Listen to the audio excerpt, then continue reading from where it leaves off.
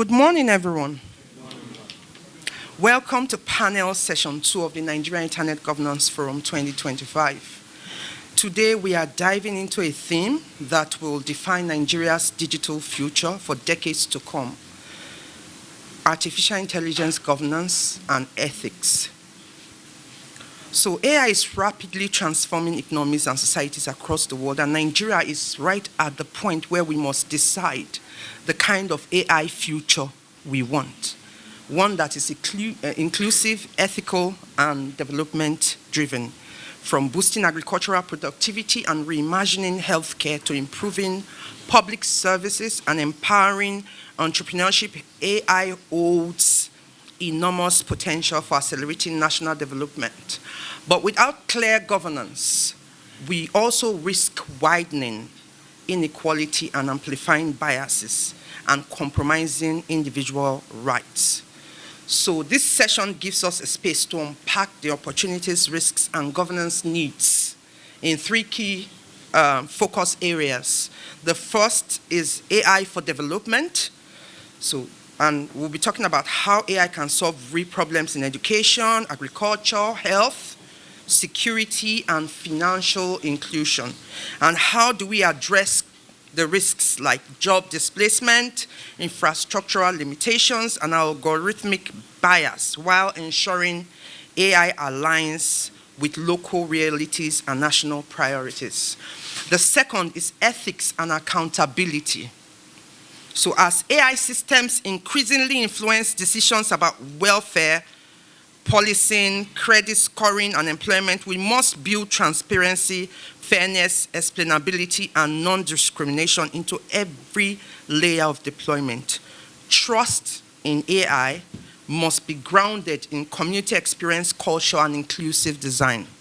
And lastly, we are going to talk about regulating AI.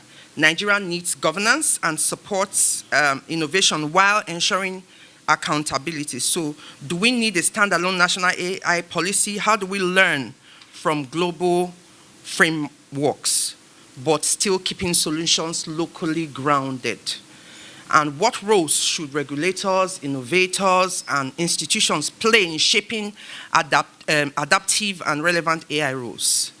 So before we begin, let me introduce myself very briefly. I am Martha Alade, Digital Inclusion Advocate and Executive Director of Women in Technology in Nigeria. I work at the intersection of AI literacy, ethics, and youth empowerment. That's why I'm so excited to see core members here today. Leading programs that equip underserved communities with skills to use AI responsibly, safely, and inclusively, ensuring technology advances equity, rights, and development. So today I'm honored to moderate this crucial conversation, one that places community ethics, youth agency at the center of Nigeria's digital future.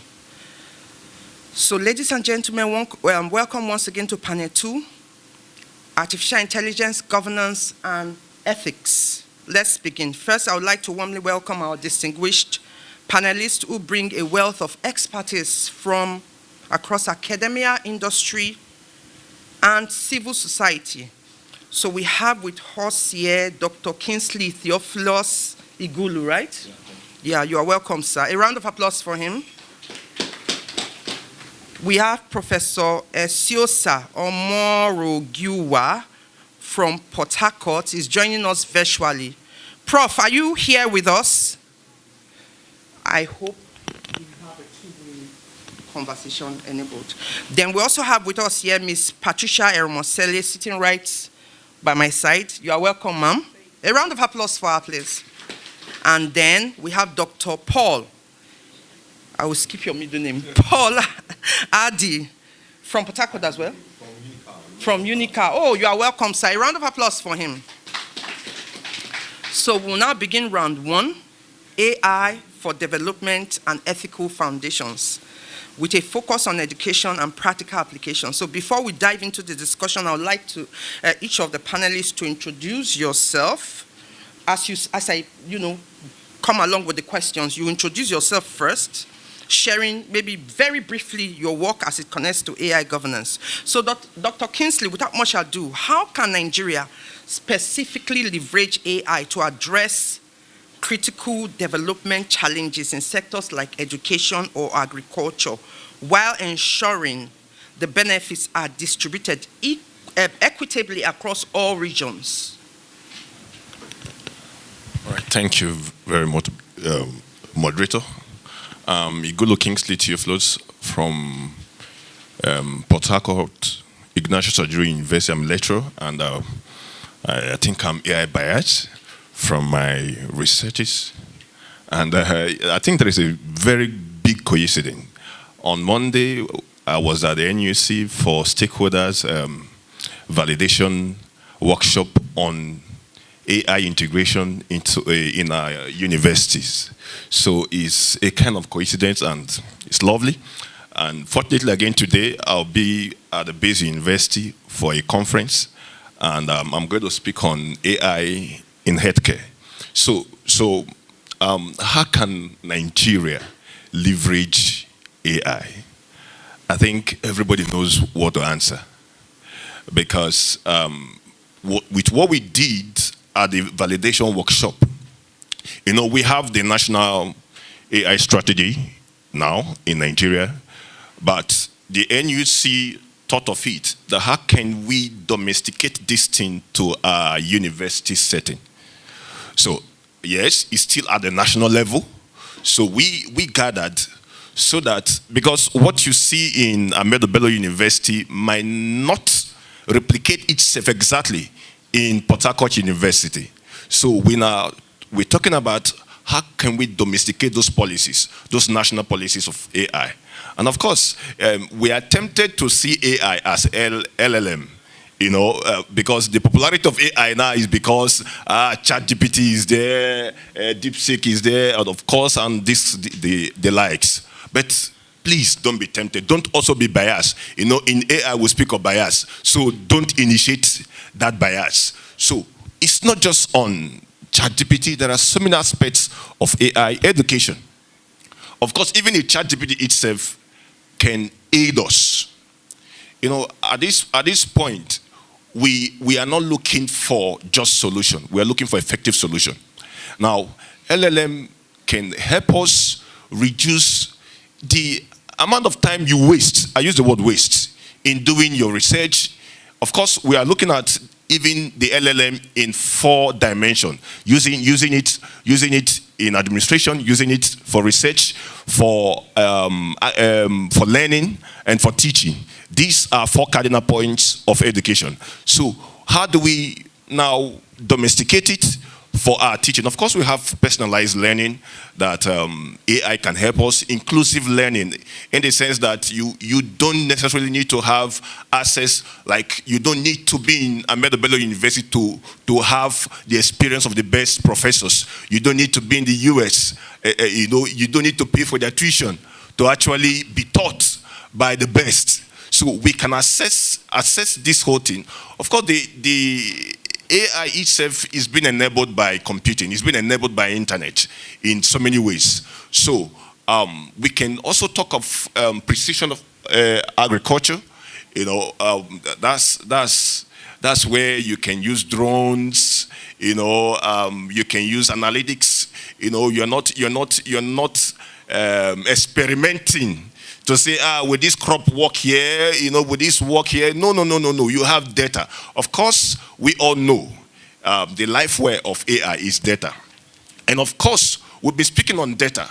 And the major issue that you hear about data is the issue of bias. And that is because for us, we see data as just our names.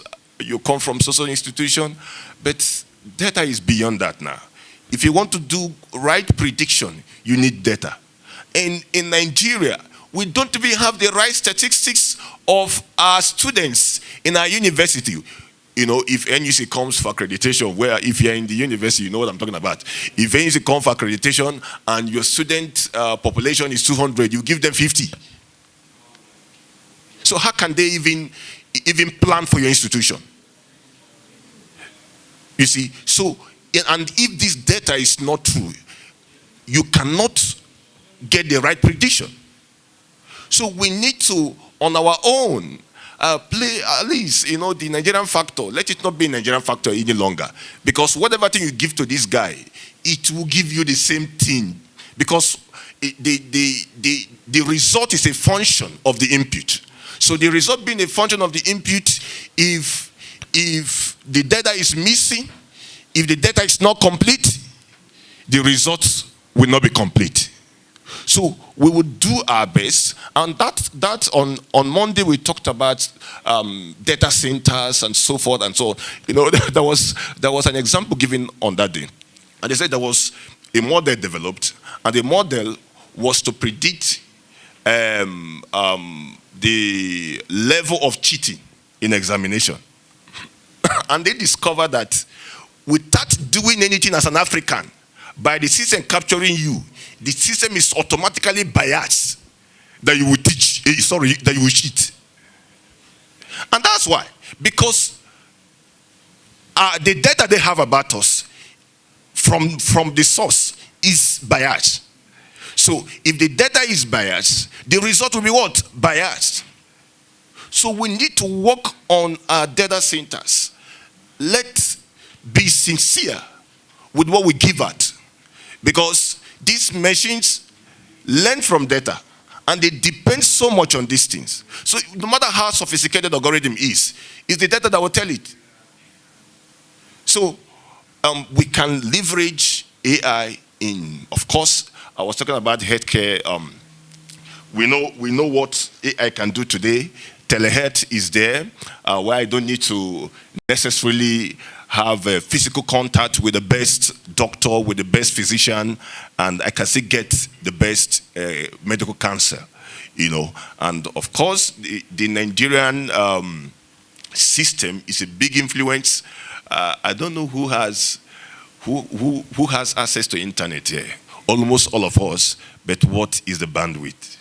There are so many issues of policies and infrastructural decay. Thank you very much. Thank you very much, sir. You have hit the nail on the head. Thank you so much. So data is really critical. We have to invest in data centers, clean data, not just ambiguous data, because it's garbage in, garbage out. These algorithms, they feed on data and it determines the output. Thank you very much. So next, I will go on to, I think since you are sitting next to me, let's, Ms. Patricia. So how can we promote responsible data practices that allow small businesses and digital entrepreneurs to benefit from AI while simultaneously protecting users' privacy and data rights? Thank you. Good morning, everyone. No, that energy is low for me. Good morning, everybody. So good morning. My name is Patricia Eromosele.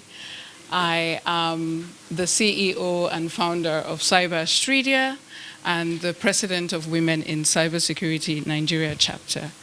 I am an IT consultant, a cybersecurity consultant. I normally say I'm an AI consultant, but I don't do that. I'm a student of AI. Because when you wake up every morning, it's changing. So I'm a student of AI, and that's why we're here.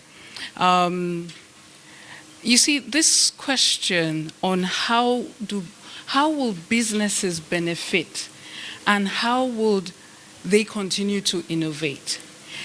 When we have new technology, we have three areas that rush in. You have the government, you have the civil societies, you have the academia. Everyone rushes in to provide benefits as well as see how things are beneficial to them, right? But we do understand that over-regulation stifles innovation.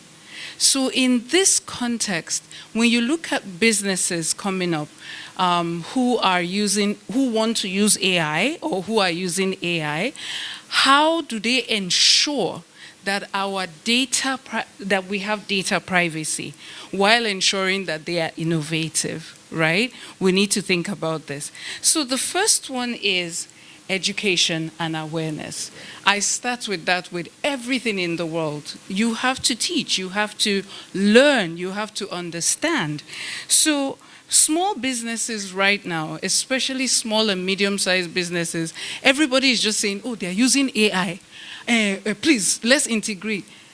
Do you know, please, if you're in business here, I would say this, it's your bottom line.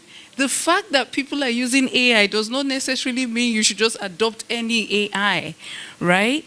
We need to adopt AI that aligns with our business objectives. We also need to know that whichever one we adopt, we have education and awareness about it. We also need to understand data privacy. In our own country, Nigeria, luckily we have our NDPA, Nigeria Data Protection Act, right? It's closely related to the GDPR. I'm sure, do we know what the GDPR is? We do, right? Oh, okay, thank you. So it's closely related to that. Yes, these rules and regulations are here. However, do the small businesses know about this? Is there awareness about this? So instead of coming on as regulations, rules, regulations, we need to have, little courses, little seminars, webinars, functions, forums like this that teach about how businesses can ensure that they maintain data privacy. Because at the end of the day, we're human beings who are using this. We have children who go on the internet, right? Adults, we have older parents, we have older citizens. We're excited about the benefits of AI, excited about the benefits of the internet. But if we are always online and they're using our data to manipulate us, would you feel comfortable going there? If you're using AI and they're manipulating you with your data, would you feel comfortable going there? No. So education and awareness is essential. Another big part is a huge thing you will hear often, which is privacy by design. So when you are doing anything in your organization, small, medium, big organizations, whatever AI you adopt or whatever AI you intend to create, because we are not only just users, that's another big thing. We should, as a country, create AI frameworks, AI tools that others should use. Or as Nigerians, we should be able to create something that people in the US, in the UK, in Europe should use. Yes, I agree. Let me give an example. If we create an AI, LLM or whatever, that converts English or our mannerisms, right, in our languages, I'm telling you there are people around the world who are looking for this. They are there. And they're looking for this information. So, again, privacy by design. However, because we are, he said it's garbage in, garbage out. We need data to train the AI. But you need to minimize the information that you collect as an organization so that you don't get into trouble. Right? Let's say you're an e-commerce company that sells materials. Please, why are you asking for people's NIN or the color of their eye? You are just selling material, right? So be very specific. No data minimization, it's about asking for the right data that is enough for you to process what you need to, instead of asking for too much. You go online, you are filling out a form, and somebody is asking you, what's your mother's, father's, uncle's, brother's, sister's, cat's name? Why? So as companies, we need to ensure that we're asking for the right data and processing just that data. Okay, so that is called design, privacy by design. When integrating AI into businesses, we should prioritize solutions that have built-in privacy features. Imagine information, your personal information is just shared within the whole organization. That's not right. Probably the CEO of an organization can get your details. However, the cleaner in an organization, if he logs in, Why should he be able to have access to customer details? Does he need that for his job? He doesn't, right? Essential. Another important part, please let me know, because I could talk for hours, so I need is user consent and transparency. When we are providing user consent, we should be very explicit. The users need to stop using the excessive legal jargons that half of us do not even understand. I'm a tech person. I like simplicity. Use simple words, use simple English for me. Break it down, because your users can be from the ages of 10 all the way to 100. So instead of using very ambiguous words, which I'm using an ambiguous word, right now, let's use simple words to explain user consent, right? There should be transparency in AI designs as well. You know, what are you collecting? How is your data going to be used? When is it going to be used? What type of information would you share with third-party users? That's a big issue that we have. Usually it's not even the companies, it's not the businesses that have the issues, it's their third-party companies that leak data or data breaches come from, seriously. Usually, you know, your cybersecurity rules, your data protection rules in your company are top-notch. You share that information with third party, that's where the problem is, right? So we need to ensure that we are transparent about what we're doing with people's data, where it's going to, the organizations it's shared with, and things like that. Another interesting part is, I think I talked about this, but I should buttress this point a little bit. We should use privacy-enhancing technologies. So basically, let's even just encrypt data that is in motion or data that is in storage. Even if you think, oh, it's expensive, it's not too expensive anymore. Maybe in the past 15 years ago, encryption could have been expensive. Let's always ensure that data is encrypted so that it reduces data breaches. It ensures that AI only uses the information that we need it to use. I will round up with partnerships and collaboration. Remember, I started with education and awareness. You can't do things in isolation. So to ensure this, we need to ensure that we build partnerships and collaborate as government, civil societies. We collaborate with academia.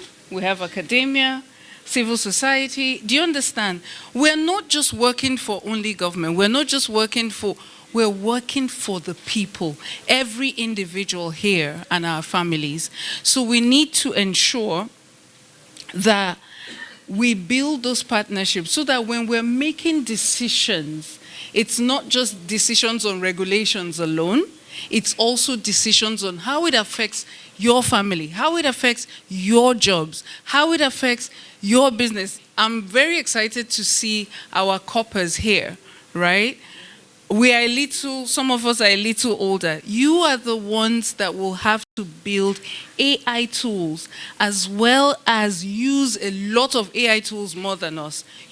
I'm hoping that you might be users of more and builders of more AI tools than I will be. So you need to ensure, you know, that you collaborate with the right organizations for this. Thank you, everyone. Excellent. A round of applause for her, please. So you mentioned some very critical points. You talked about education and awareness, very important. And I always tell core members that this 1 year of service is golden. It could make you, and it could also mar you indirectly if you do not use it properly. So all the skills you need to get, all the education you need to get, all the side hustle you need to consolidate on, this is the time. So education and awareness is important. And the interesting thing is you do not have to wait for a program like this to get educated. Education is just on our, on our mobile phones. with internet connectivity, the world is yours. So there are no excuses.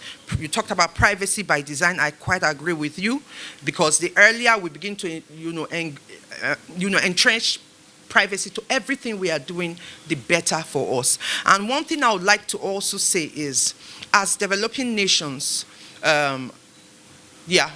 we can learn from the mistakes of others. They are already quite advanced in AI. The developed nations are quite advanced. And because they are ahead of us, they've made a lot of mistakes. So our trajectory towards that level of expertise and development could be shorter if we are smart enough to learn from their mistakes and quickly put those, things in place. I believe you understand where I am going to. So it's very important that we begin to impute all these checks and balances by design, especially privacy. And she talked about avoiding data breaches and also partnerships. Thank you very much, Ms. Patricia. I would like to quickly turn to Dr. Paul Ade. Given your expertise in educational technology, what are the unique opportunities and risks of deploying AI in Nigeria's education system, and how do we ensure it enhances learning without entrenching new forms of bias? Thank you. Good morning, all. My name is Dr. Paul Ade. I am a lecturer in educational technology. So I have my first degree, master's and PhD in educational technology.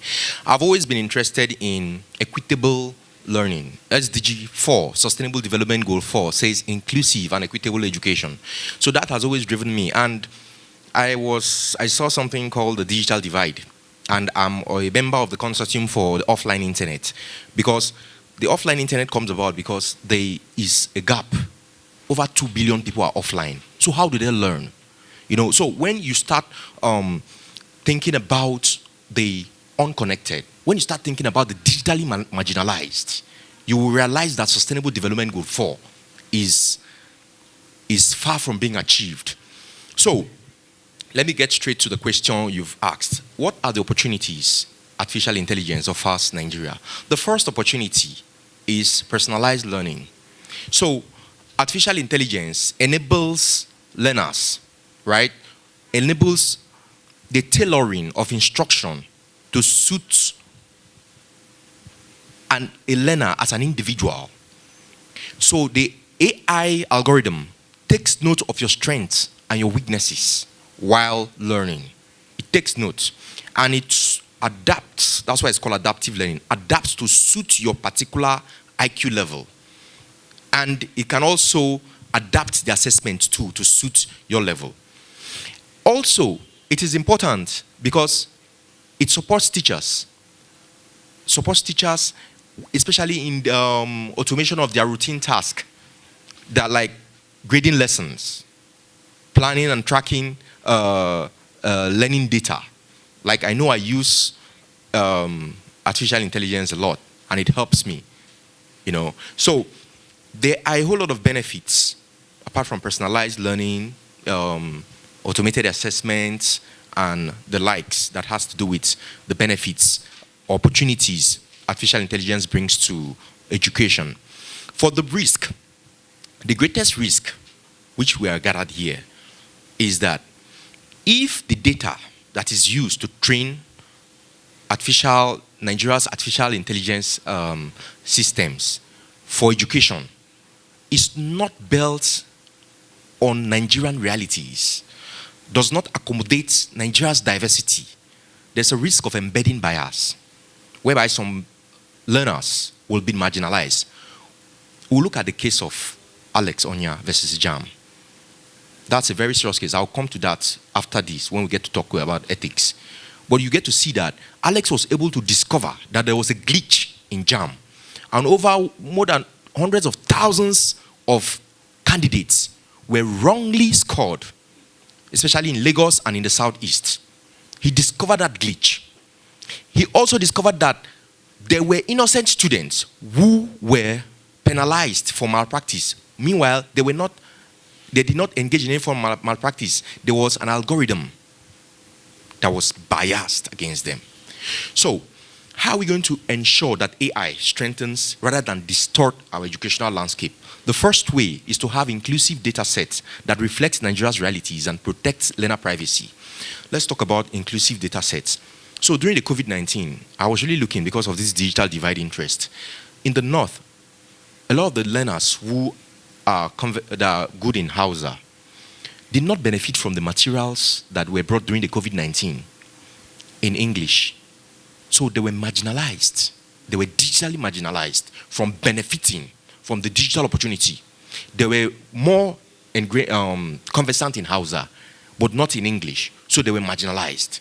So when designing data sets, you must build with the mind of accommodating everyone. Sustainable Development Goal 4 says, I usually tell my students, inclusive and equitable quality education for all, irrespective of their age, irrespective of their gender, irrespective of their location, irrespective of their legal status, like prisoners. You know, prisoners in advanced countries, they learn.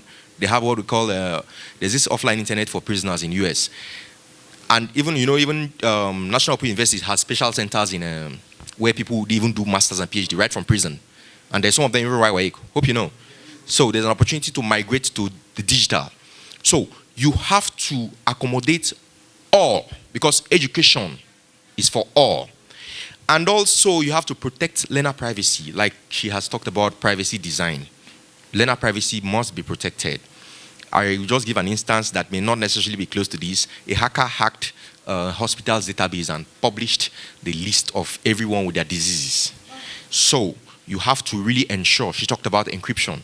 Encryption is very important, that these data are protected. Secondly, how do we ensure AI strengthens rather than distort our educational landscape? By having equitable access so that AI-powered tools can reach public schools and underserved regions, not just private urban institutions. There is an arm of the NCC, they call them universal access. So they are supposed to really provide infrastructure-wise, telecom infrastructure. But I have been looking at what they do. I don't really know. I've been looking also at the policy that existed before now. There were some recommendations. One, that's a smartphone. Okay, let me talk. There are three things we'll always look about when we're talking about equity as regards digital infrastructure. One, affordability. How many people can afford 1 gigabyte of data? How many people can afford a smartphone? How many people can even afford the relevant instruction? Affordability. Two, accessibility. How many people can access or find the content relevant, the instructional content relevant to them? I talked of the case of the Hausa learners, whereby the content was in English, but they are conversant in Hausa. So there is already a marginalization. Secondly, when we're talking about accessibility, do you know there are places where there's no internet? Okay, there's no strong internet. There are places where there's strong internet, and there are places where the internet is weak. True or false? So, are you expecting learners from these two diverse, different backgrounds to perform the same? One is struggling, they'll climb trees and be searching for network. That has to do with accessibility. Accessibility has to do with language, it has to do with strength of internet connection. Accessibility also has to do with NEPA, in local parlance. Electricity. Some people have generators, some have not. Right? Accessibility. Power. Then we also talk about availability. One, is there internet access? Two, is there electricity? Three, are there the relevant devices? We are asking these questions because during the COVID-19 exposed that there was global inequality as regards the possession of digital devices. You want people to learn from their homes, right? Do they all have devices in their homes? How many devices has a particular home? Some don't even have anything. You'll be shocked. Some have 1 tablet, some have 5 tablets, 5 laptops, 5 phones, some have just 1 phone. How do you expect learners to learn? Availability. Is there internet connection? Are there the relevant devices? Stuff. So we must think equitable, and it has really to do with infrastructure. Because these people you want to learn through AI, they need the infrastructure, true or false? They need the connectivity. They need the devices to enable that. And also, the third point, the third way we can ensure that AI strengthens rather than distort our educational landscape is by strong governance and teacher capacity building, whereby you can ensure that educators will understand how to integrate AI responsibly, ethically, and effectively. This is one huge area. Teacher capacity building is one huge area. We have gone past the area of just basic computer literacy. Are you aware of that? Basic computer literacy is like SSC, WAEC. Sorry. Today we are talking about AI literacy. We have gone past basic computer literacy. We're like, what can you do, agency? What can you do with artificial intelligence? That's what we're talking about now.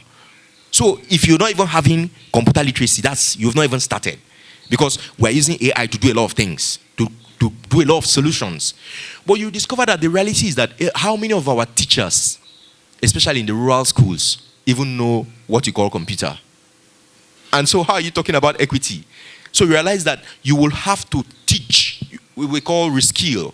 The teachers will have to be reskilled in how to use artificial intelligence for education responsibly, ethically, and effectively. Okay, please, let me just add up to what the first...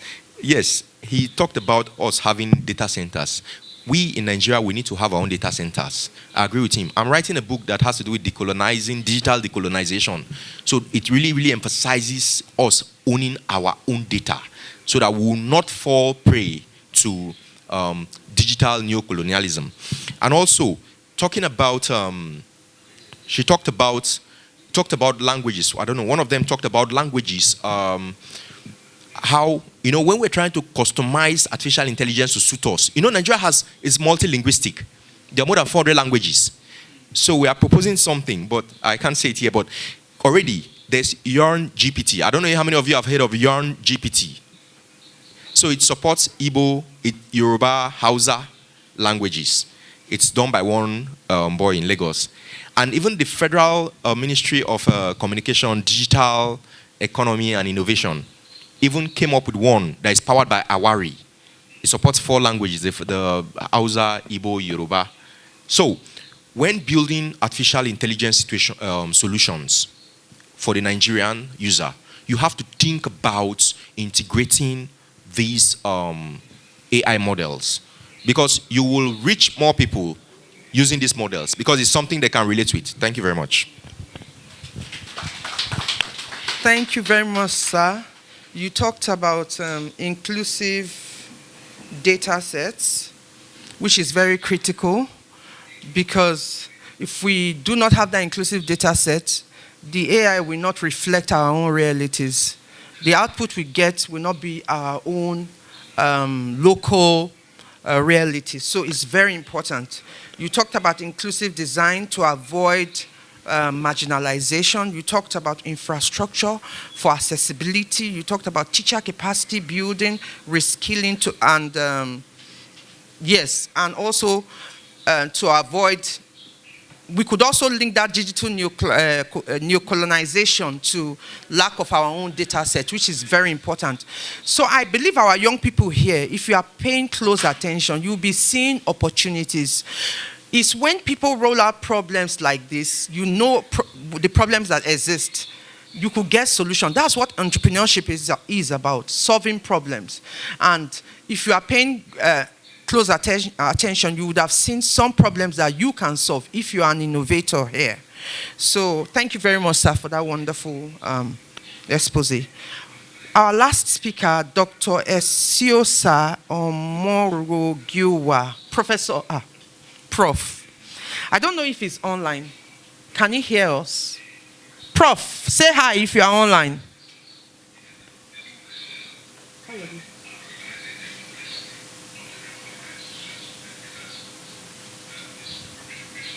We have a speaker online, so how do we... who is... Mr. Kayode, can you help us? Oh, okay.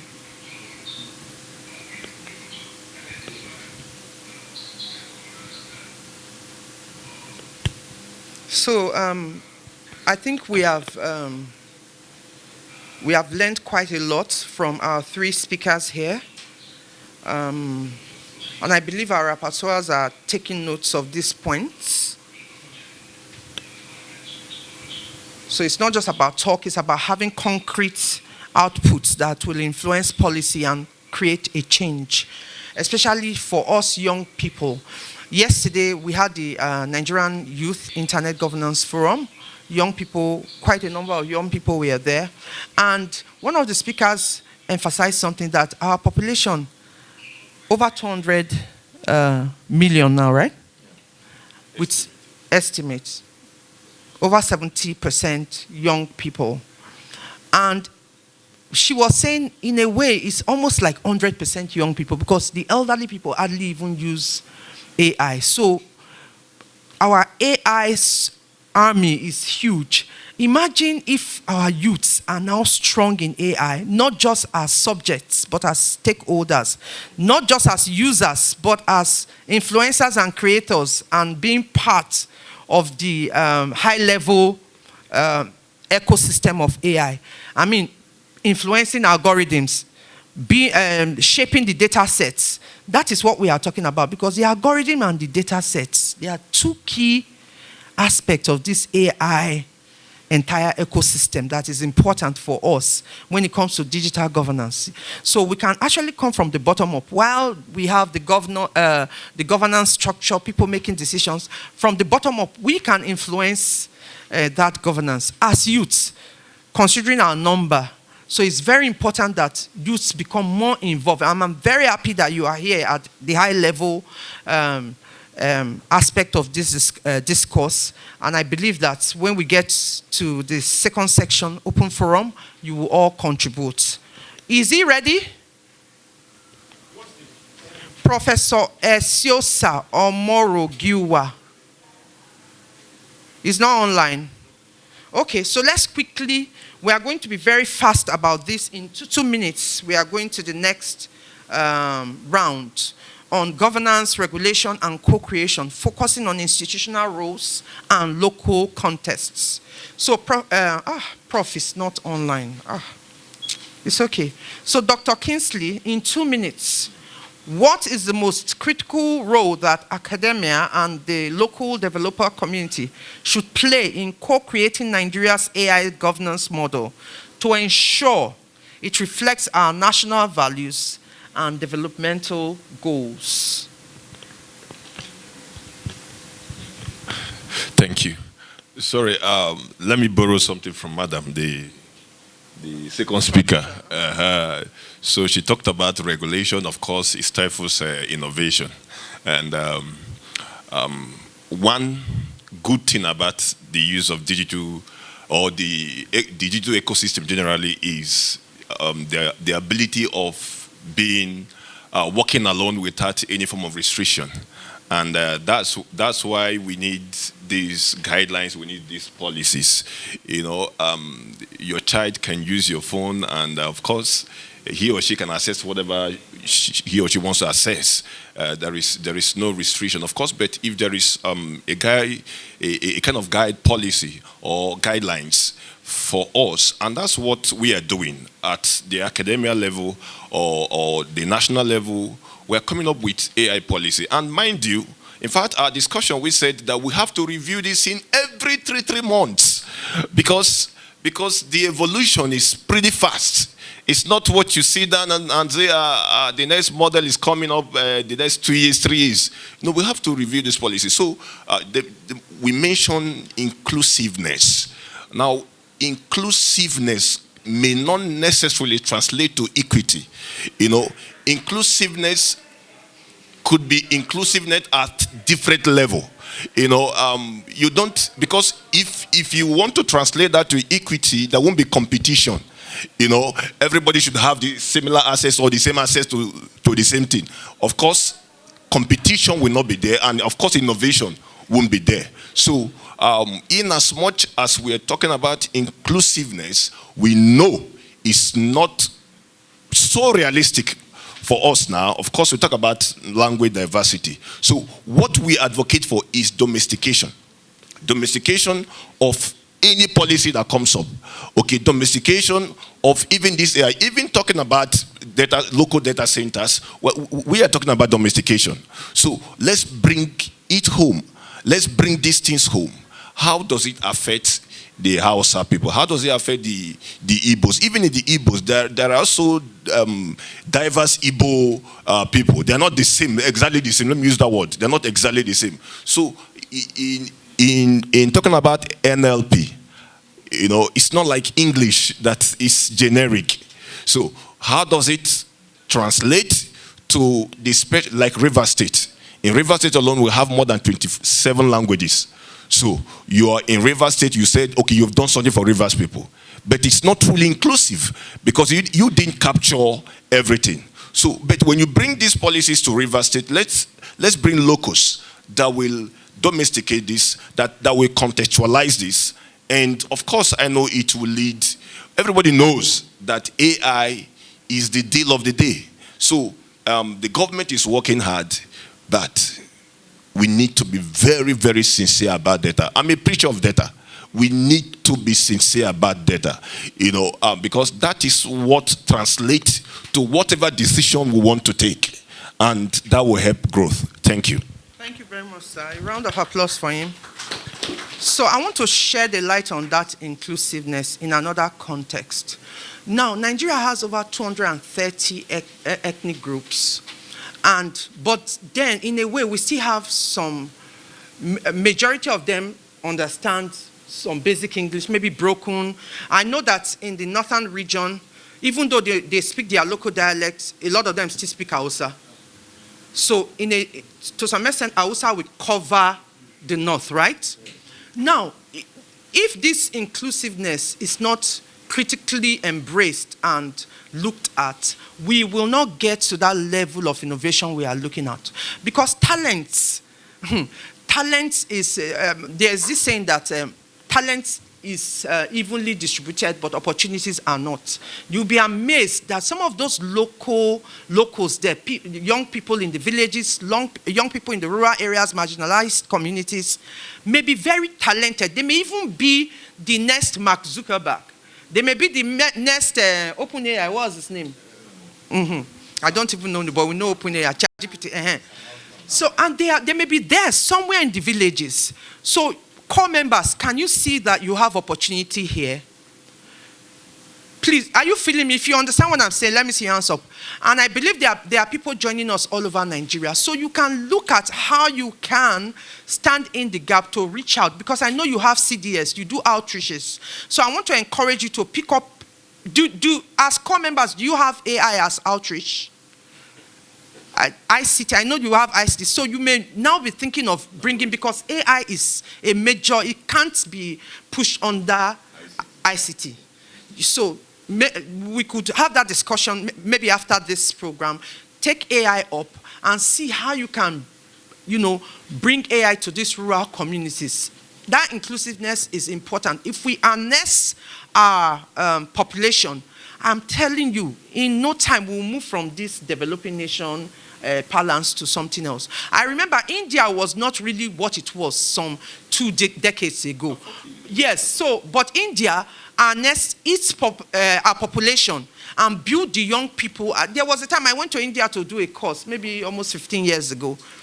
And I was just looking at them, the young people there. I gave them my system. Immediately I came to Nigeria, a browser just popped up. Should we send the passwords? It has collected all my passwords. So they put a spyware or something there to be, getting my passwords. That was long time, if not almost in the early 2000s. So what I'm trying to say is that they've moved because of their population. They harnessed their population and build their talents. And we can do the same. And inclusiveness is a must for us in Nigeria. So core members, the youth, I want to encourage you, as CDS, please look into that. So without a round of applause for him once again, he has really done well. So Ms. Patricia, in 2 minutes, let's see, what crucial roles must the private sector and civil society take on in co-creating Nigeria's AI model to foster trust and ensure accountability and promote agility in regulation? Thank you. Thank you very much. I'm sure, like, if you've observed, we are all talking about the same thing in different ways. But I will say this. We need to take a multi-stakeholder approach. It is not one person. It is not, I know we're very used to in Nigeria saying government needs to. I always tell people, is government a human being? Government is people, policies, regulations, laws, right? So we need to take a multi-stakeholder approach that involves the government, and I will repeat that again, involves the private sector, involves civil societies, involves, did I say academia? You know, so we need to, that is very important, where we have forums, not just talking, but implementing. Because, you know, they say talk is cheap. How are we implementing this? Another very important thing is, they say think global, but act local. This copy and paste from other countries or other nationalities will not be beneficial to Nigeria. We need to see what people have done, what they're doing, and how does that affect us? How does that prefer solutions for us? The issues in the US or the issues in the UK are very different from what we have here. Technology that are being developed in the US, you know, they already have internet penetration, right? So when many people can afford very sophisticated phones and laptops and stuff. But within Nigeria, we have our own challenges. My brother over here talked about accessibility, right? We can get phones that are financial, where people can afford them financially. We can get phones where you don't need the full-on bandwidth to access information. You know, low data phones? Thank you. Exactly. So in those cases, we're looking at the businesses as well as civil society collaborating and coming up with solutions for our environment. So that's what I want to say. I will repeat that. Again, multi-stakeholder approach, and then we need to think about our own problems and prefer solutions locally, not copy and paste. Thank you. Thank you very much. Thank you. A round of applause. So, in one word, contextualization. That's, even if we look at what is happening in other countries, we have to bring it home and contextualize it to our own situations. Thank you very much, ma'am. So lastly, Dr. Paul Ade, in 2 minutes, as an educational technologist, how can the principles of explainability and transparency in AI be effectively applied in practical, everyday systems to foster public trust and align with local cultural context? Okay, I have an acronym called FATE. F stands for fair, A stands for accountable, T stands for transparent, and E stands for explainable. So artificial intelligence solutions, especially for the education sector, must embed these principles. AI can really ensure the principles of explainability and transparency by designing communication systems that the users understand. If, for instance, the student is being flagged, it should communicate clearly to the learner that this was the reason why this happened, right? And it should be done in a way that is culturally and linguistically contextualized. Transparency is not just all about algorithms. Speak in the language of the user so that he can really understand what it is. And also, we need structured governance mechanisms, including school-level digital literacy and programs, school-level digital literacy programs, to really ensure that both the teachers and the learners are brought up to speed as regards AI agency. We are talking of AI agency because, like she said, we are not just users, but we are also creators. Also, there should be clear documentation about AI policies or how the AI algorithms are designed, and public-facing AI guidelines to ensure that users know what data is being collected, like my colleague here had said, how it is being used, and who is accountable. Because when institutions model transparency, trust is gotten. I also have another acronym called AIM Pact. A stands for agency and accessibility. Artificial intelligence solutions should be accessible to all, and they should also ensure agency. They should take the the learners should be taken from just being users to creators. And then I stands for innovation, which is the same thing. Artificial intelligence should be used for innovative purposes. And of course, M stands for, I stands for inclusion and integrity. We talked about inclusion. My colleague was trying to say that we can't have all the languages being accommodated, but the reality is, like for Igbo, you have what they call Central Igbo, right?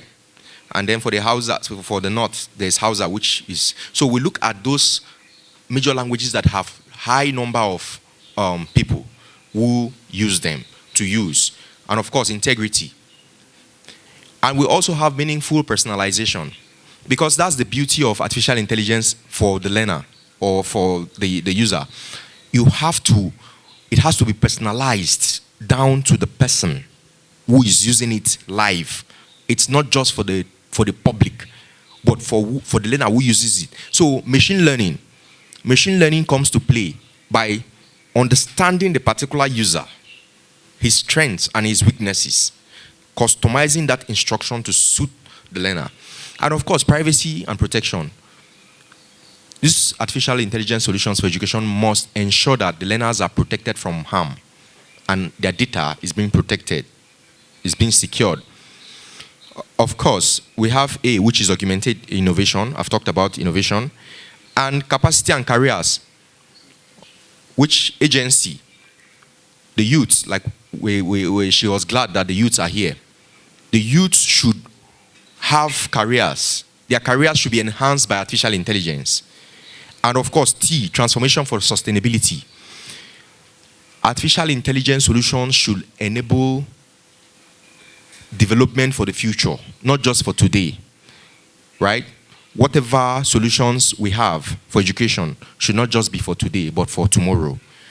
Artificial intelligence is like a swimming pool where everyone needs to learn how to swim. Everybody, irrespective of what you do, you need to learn how to swim. Sorry, can I just say something concerning what some of my colleagues said? Let me just react. Apart from domestication, doctor, we should also do independent audits. Independent audits. It was through independent audit that Alex Onya was able to uncover the issues in the JAM glitch, because they opened up to him. If they had not opened up to him, more than how many thousands of students or of candidates would have been at risk? It took one man's insight to say this issue is an algorithmic bias, and he investigated it, and it was true. His technical instincts were true. Also, there's a policy document I have. I've been following this issue of affordability, accessibility, and availability. There's a policy document I have before this administration. I think that was in the Buhari's administration. There were some policy recommendations that were supposed to have been done as regards. Nigeria was supposed to have been producing mobile phones for students. That is under how many dollars? I've been following that. I've not seen anything. I've not heard anything. And also, the Alliance for Affordable Internet is an NGO, had proposed, when they proposed that, you see how they proposed? They proposed for every country they use the minimum wage to judge how much 1 gigabyte of data should cost. So as at when they made their proposal, 1 gigabyte of data was supposed to cost, according to their proposal, was supposed to cost 300 naira, right? So these two, I'm just using these two things I saw in that policy. That policy was written, although they say it was written by the private sector, but I think it was in Buhari's time. It was written by the private sector, you know, as regards education. I remember these recommendations that were supposed to have been taken. One, affordability of data. And two, students were able, Nigeria was supposed to have been producing smartphones that were affordable by students. It was a plan, but I've not seen anybody do that. Now, you talked about the way India has progressed. I was reading the story. You can even search for it. There was an Indian ICT entrepreneur. He didn't go to the cities to set up his company. He went to the rural areas, went and trained people in the rural areas and built his ICT companies and solutions in the rural areas using the very people he got from the rural areas. So you shouldn't be surprised the way India has really, really developed, you know, ICT-wise. We here, we only think urban. But these Asians are thinking of bringing development to the rural areas. Thank you very much. Thank you very much, sir. A round of applause for him. Yeah, you talked about transparency, especially also in communication, speaking in the language that the people, the subjects can truly understand. You talked about clear documentation, you talked about trust, and that we should encourage independent audit, and you mentioned A for AI. I was part of that group. Yes, Alliance for Affordable Internet. So now there is a new coalition too, just like that, is the Global Digital Inclusion Partnership, GDIP. And you can check them up. They are doing a wonderful work, and we are also a part of that group as well. GDIP, Global Digital Inclusion Partnership. Okay, thank you very much. A round of applause once more for our panelists. Now, it's time for your own input, the open forum. So in the next 15 minutes, we'll open the floor for the audience. We want to get your opinions, your thoughts, your perspective on the issue we've discussed, and a few questions. So if you have a counterpoint, a practical example, or specific suggestion, please feel free. So if you are interested, just raise up your hands. We'll take your questions and your contributions, and then, so you start by mentioning your name, your organization, and then share your perspective. So let me see. If you have contributions, let's take contributions first in 10 minutes. We should take them together. Okay, we'll take them together, contributions or questions. We'll count them. Raise up your hands so that we can be orderly about this. This 1, 2, 3, 4, 5, 6. Okay. So you stand, your name, is it a question or contribution, your name, your organization, and hit. Oh, we have, how many are they? They are raising up their hands, right? Okay, so let's start. We'll take the online too as well. Who is helping us with the mic? Is this the only working mic? Is it the only one?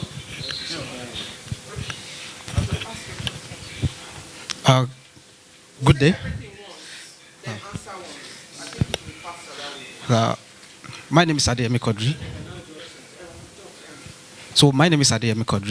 So good day, our wonderful facilitator. Okay. Okay. So my contribution. So the name of our organization I represent is Revenue Revolution with AI for businesses. How you can use AI in your business to know which area AI really need and automation really need in your business to move your bottom line. So, and what we discover is that there's a framework we use. We call it TAB. What we discover is that a lot of organizations know about AI, but they don't know the particular part that can improve their revenue. So, and we come up with the T stand for training. So we train on a particular issue. So, and the H stand for audit.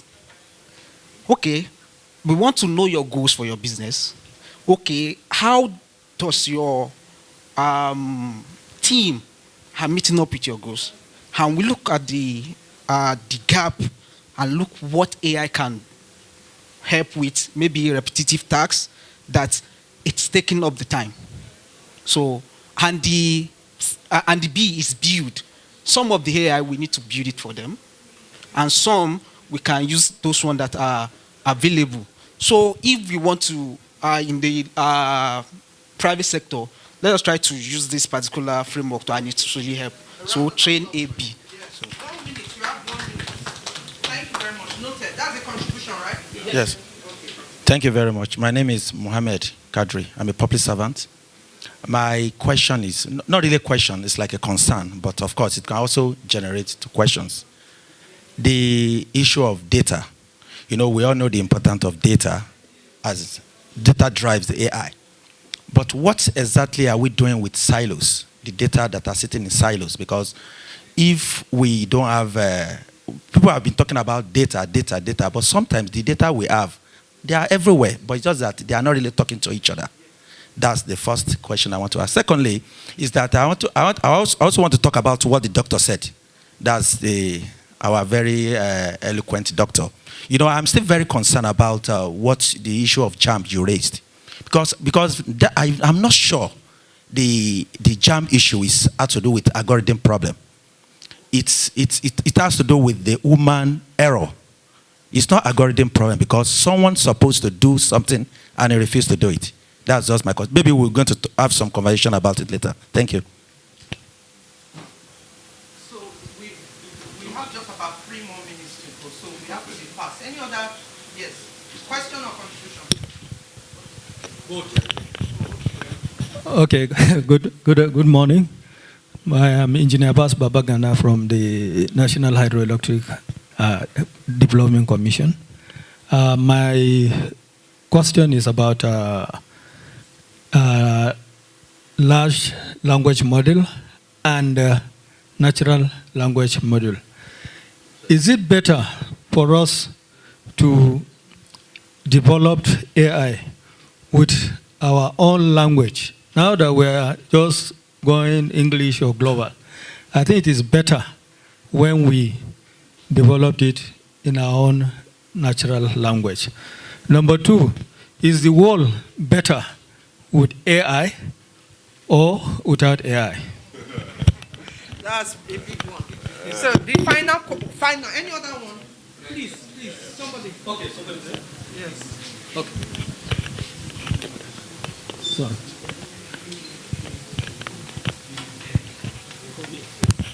Thank you. Good morning. Ibrahim Ismaila. I'm with Dari. Okay, quickly, we've talked about building data centers. And recently, from a research, somebody mentioned and said to build a very basic data center in Nigeria, it will cost like ₦1 billion. You mentioned, and you're encouraging the youth corps members and entrepreneurs to look probably that way. My question is simple. Is there a way that there can be an encouragement for people to come together to build data centers? Truth remains, the market is already good for this business. And it would be great if there can be more discussion around this line. Notice we don't talk much about this, and it's making people who would have been interested to just sit followed. Thank you. Thank you. Is there anyone? Online. Oh, yes, please. Very important. Let's get 1 or 2 questions online. You can read it out if the person typed.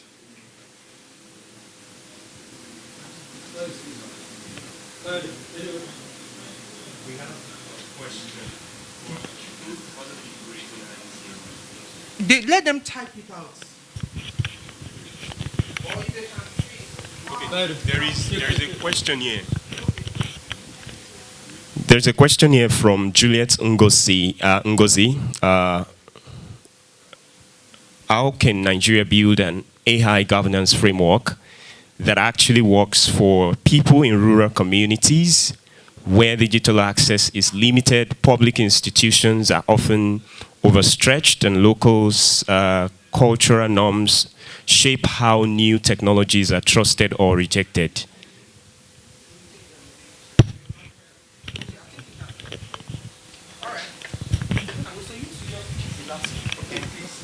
Can you just read it again? Let me get read the details again. I can hear you from there. How can Nigeria build an AI governance framework that actually works for people in rural communities where digital access is limited? Public institutions are often overstretched, and local cultural norms shape how new technologies are trusted or rejected. Okay. The truth about it is advocacy is the first step towards that. What I have here is I've developed this National Artificial Intelligence Governance Framework for Nigeria. So I really hope to push it, right? To push it to accommodate for the for the rural areas, for its adoption.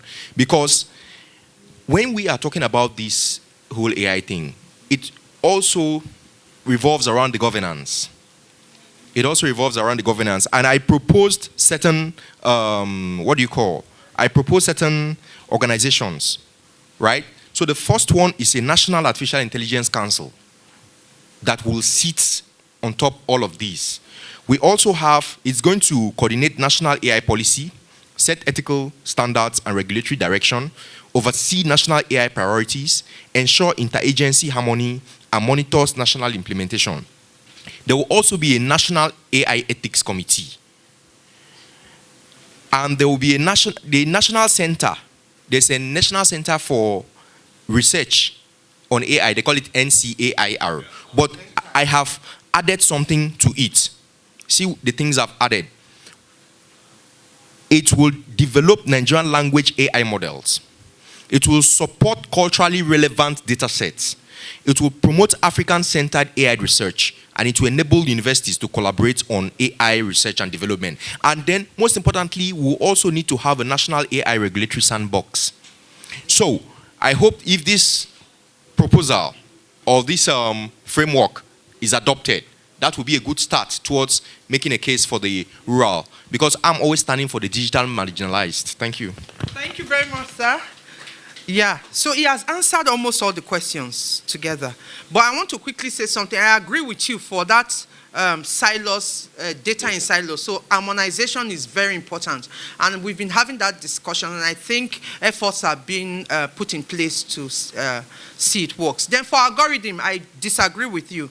An algorithm can be biased based on the person's background or beliefs.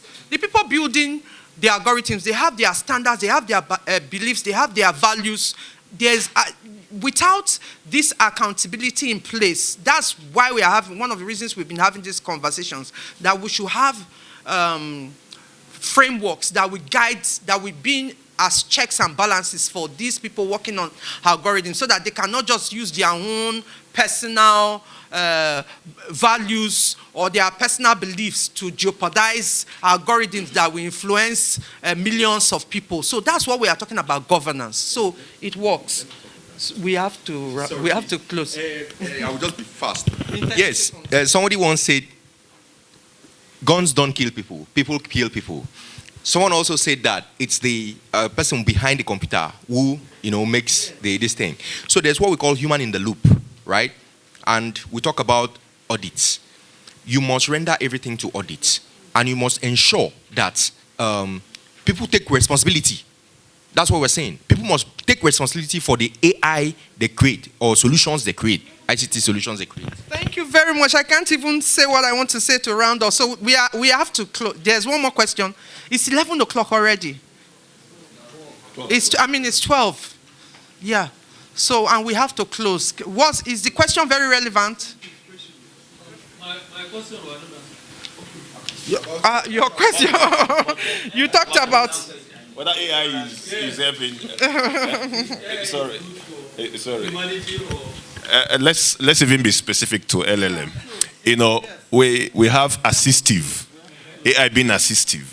You know, of course, you can't say that AI is not helping humanity. It's fire help human being, it has its good and bad. you know, yeah. So It has. So thank you very much. We can now close this session because we need to join the main session. So we couldn't even wrap up, but we thank you very much. Thanks for your contributions and do enjoy the rest of the session. Thank you very much.